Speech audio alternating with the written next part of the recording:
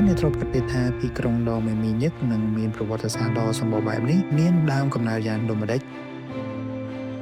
ភ្នំពេញជារាជធានីនៃព្រះរាជាណាចក្រកម្ពុជាជាមជ្ឈមណ្ឌលនយោបាយសេដ្ឋកិច្ចនិងវប្បធម៌ប៉ុន្តែតើអ្នកដឹងទេថាឈ្មោះភ្នំពេញនេះមានប្រវត្តិយ៉ាងណាតើមានរឿងព្រេងឬការពិតប្រវត្តិសាស្ត្រអ្វីខ្លះលាក់ខ្លួននៅពីក្រោយទីក្រុងដ៏មានមុនសែមួយនេះថ្ងៃនេះយើងនឹងនាំអ្នកទៅស្វែងយល់អំពីប្រវត្តិសាស្ត្រដ៏គួរចាប់អារម្មណ៍និងដើមកំណើតនៃរាជធានីភ្នំពេញដែលត្រូវបានគេស្គាល់ថាជាពេជ្រនៃអាស៊ីពីភូមិអ្នកនេសាទតូចមួយទៅជាមជ្ឈមណ្ឌលដ៏សំខាន់នៃតំបន់មួយនេះតើមានហេតុការណ៍អ្វីខ្លះដែលបានកើតឡើងតើអ្នកណាជាអ្នកបង្កើតទីក្រុងនេះឡើងហើយហេតុអ្វីបានជាវាត្រូវបានគេបោះបង់ចោលនិងស្ថាបនាឡើងវិញជាច្រើនលើកច្រើនសាររឿងព្រេងអំពីដើមកំណើតនៃភ្នំពេញក្នុងឆ្នាំ1372តាមការរៀបរាប់នៅក្នុងរឿងព្រេងមានស្ត្រីម្នាក់ឈ្មោះដូនពេញដែលជាអ្នកមានទ្រព្យសម្បត្តិបានរស់នៅក្បែរមាត់ទន្លេចតុមុខមួយថ្ងៃមួយក្នុងរដូវវស្សាមានទឹកជំនន់ធំបានបណ្ដាលឲ្យមានដើមគគីរមួយដើមបណ្ដែតតាមទឹកមកដល់ក្បែរឆ្នាំងមាត់ទន្លេជាផ្ទះរបស់គាត់ដោយមានជំនួយពីប្រជាជនជិតខាងដូនពេញបានទាញដើមគគីរនោះឡើងលើគោពេលដែលគាត់បានសម្អាតភក់ចេញ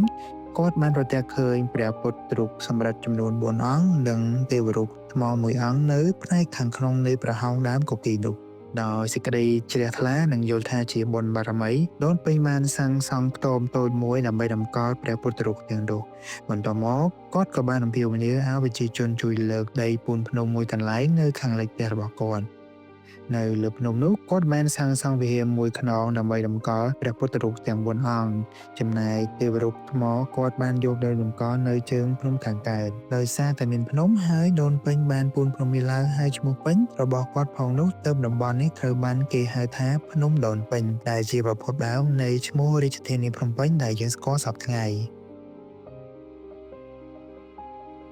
ការផ្លាស់ប្ដូររាជធានីរបស់ព្រះបាទពញាយ៉ាន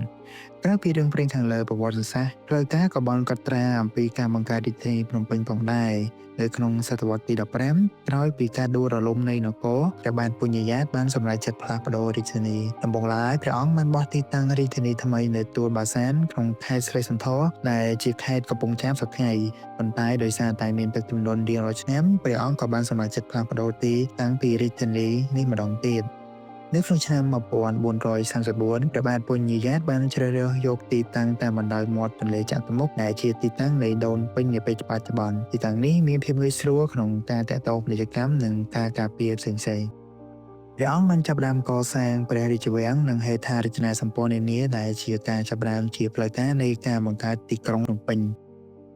ទោះជាយ៉ាងណាការតាំងទីលំនៅនៅភ្នំពេញក្នុងលើកទី1នេះពុំបានស្ថិតយូរអង្វែងនោះទេដោយសារតែចំនួនទីក្នុងនិងការផ្លាស់ប្ដូរភូមិសាស្ត្រនយោបាយទីក្រុងភ្នំពេញត្រូវបានបោះបង់ចោលអស់រយៈពេលប្រមាណ360ឆ្នាំក្នុងអំឡុងពេលនោះរាជធានីភ្នំពេញបានផ្លាស់ប្ដូរពីកន្លែងមួយទៅកន្លែងមួយទៀតរួមមានមន្ទីរលំពេចឧដុង្គជាដើមរហូតតទៅដល់ឆ្នាំ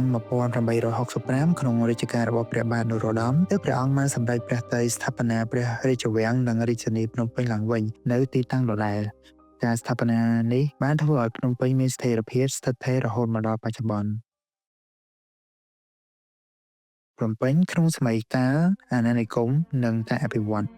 ក្រោមការគ្រប់គ្រងរបស់បារាំងចាប់ពីពាក់កណ្ដាលសតវត្សទី19ភ្នំពេញត្រូវបានឆ្លងកាត់ការអភិវឌ្ឍយ៉ាងខ្លាំងក្លាជនជាតិបារាំងបានកសាងហេដ្ឋារចនាសម្ព័ន្ធជាច្រើនរួមមានផ្លូវថ្នល់ធំៗប្រឡាយស្ពានអគាររដ្ឋបាលសាលារៀននិងមន្ទីរពេទ្យពួកគេបានរៀបចំឡើងវិញតាមស្ថាបត្យកម្មបែបអឺរ៉ុបនិងអាដេកូដែលបានចូលរួមចំណែកធ្វើឲ្យភ្នំពេញទទួលបានមុខងារជាពេជ្រនៃអាស៊ី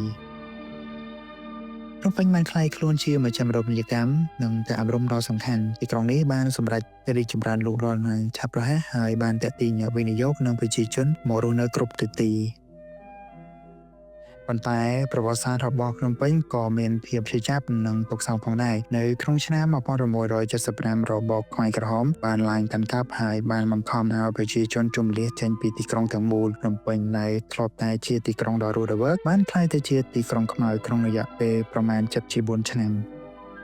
អគាររដ្ឋបាលនិងហេដ្ឋារចនាសម្ព័ន្ធជាច្រើនត្រូវបានបំផ្លាញការបាត់បង់អាយុជីវិតនិងការឈឺចាប់យ៉ាងធ្ងន់ធ្ងរដោយសារតែការប្រល័យពូជសាសន៍ នៅដើមឆ្នាំ1974ភ្នំពេញត្រូវបានរំដោះចេញពីរបបខ្មែរក្រហមហើយត្រូវបានចាប់ផ្ដើមដំណើរការស្ដារនិងកសាងឡើងវិញទោះបីជាមានភាពលំបាកជាច្រើនប្រជាជនកម្ពុជាបានខិតខំប្រឹងប្រែងដើម្បីកសាងប្រជាជាតិនិងអភិវឌ្ឍទីក្រុងភ្នំពេញឲ្យមានភាពរីកចម្រើនប្រសើរឡើងវិញ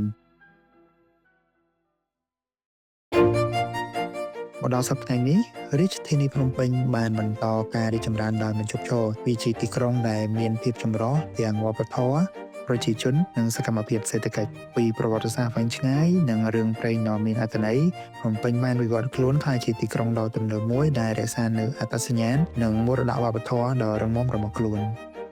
នេះហើយជារឿងរ៉ាវខ្លីៗអំពីប្រវត្តិសាស្ត្រនិងដើមកំណើតនៃរាជធានីភ្នំពេញទីក្រុងមួយដែលកើតចេញពីរឿងព្រេងអភិវឌ្ឍដោយរាជវង្សហើយបានរីកលូតលាស់ជាពេជ្រនៃអាស៊ីតែអ្នកមានរឿងរ៉ាវឬអនុស្សាវរីយ៍ខ្លះដែលទាក់ទងនឹងភ្នំពេញសូមចែករំលែកមតិរបស់អ្នកនៅក្នុងខមមិនខាងក្រោមជួបខ្ញុំនៅវីដេអូបន្ទាប់សូមអរគុណ